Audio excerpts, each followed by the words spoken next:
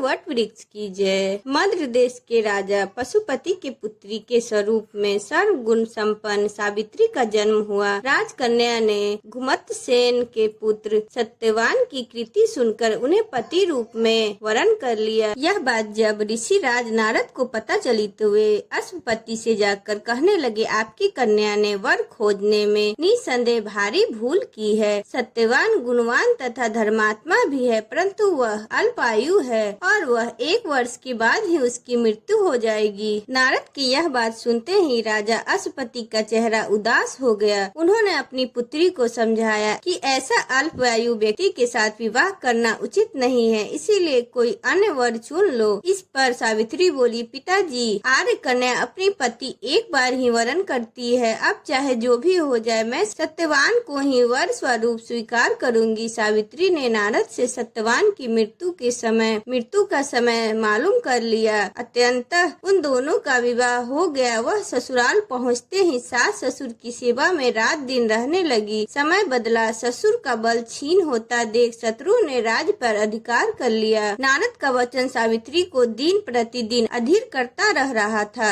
उसने पति के मृत्यु के दिन नजदीक आने से 3 दिन पूर्व से ही उपवास शुरू कर दिया। नारद द्वारा कथित निश्चित तिथि पर पितरों का पूजन किया। नित्य की ही भांति उस दिन भी सत्यवान अपने समय पर लकड़ी काटने के लिए जब चला गया तो सावित्री भी सास ससुर की आज्ञा लेकर चलने को तैयार हो गई। सत्यवान वन में पहुंचकर लकड़ी काटने के लिए वृक्ष पर चढ़ा। वृक्ष पर चढ़ने के बाद उसके सिर पर भयंकर पीड़ा होने लगी। वह नीचे उतरा। सावित्री ने उस वर के पेड़ के नीचे लिटाकर उसका सिर अपनी जांघ पर रख लिया। देखते ही देखते यमराज सत्यवान के प्राणों को लेकर चल दिए। कहीं कहीं ऐसा भी उल्लेख मिलता है कि वट वृक्ष के नीचे लेटते हुए सत्यवान को सर्प ने डस लिया था। सावित्री सत्यवान को वट वृक्ष के नीचे लिटाकर यमराज के पीछे पीछे चल दी। पीछे आती हुई सावित्री को यमराज ने उसे लौट जाने का आदेश दिया, पर उस पर वह बोली, महाराज, जहाँ पति वहीं पत्नी, यही धर्म है और यही मर्यादा है। सावित्री की धर्म निष्ठा से प्रसन्न होकर यमराज बोले, पति के प्राणों के अतिरिक्त कुछ और मांग लो। सावित्री ने यमराज से सास ससुर की आंखों की ज्योति और दीर्घायु मांगी। यमराज तथास्तु कह के आगे बढ़ गए। सावित्री अभी भी यमराज का पीछा करती रही। यमराज ने अपने पीछे आती सावित्री से वापस लौट जाने को कहा तो सावित्री बोली, पति के बिना नारी के जीवन का कोई सारता नहीं है। यमराज ने सावित्री के पति धर्म से खुश होकर पुनः वरदान मांगने के लिए कहा। इस पर उसने अपने ससुर का राज्य वापस दिलाने की प्रार्थना की तथा अस्तु कहकर यमराज आगे चल दिए। सावित्री अब भी यमराज के पीछे चलती रही। इस बार सावित्री ने यमराज से 100 पुत्रों की मां बनने का वरदान मांगा तथा अस्तु कहकर जब यमराज आगे बढ़े तो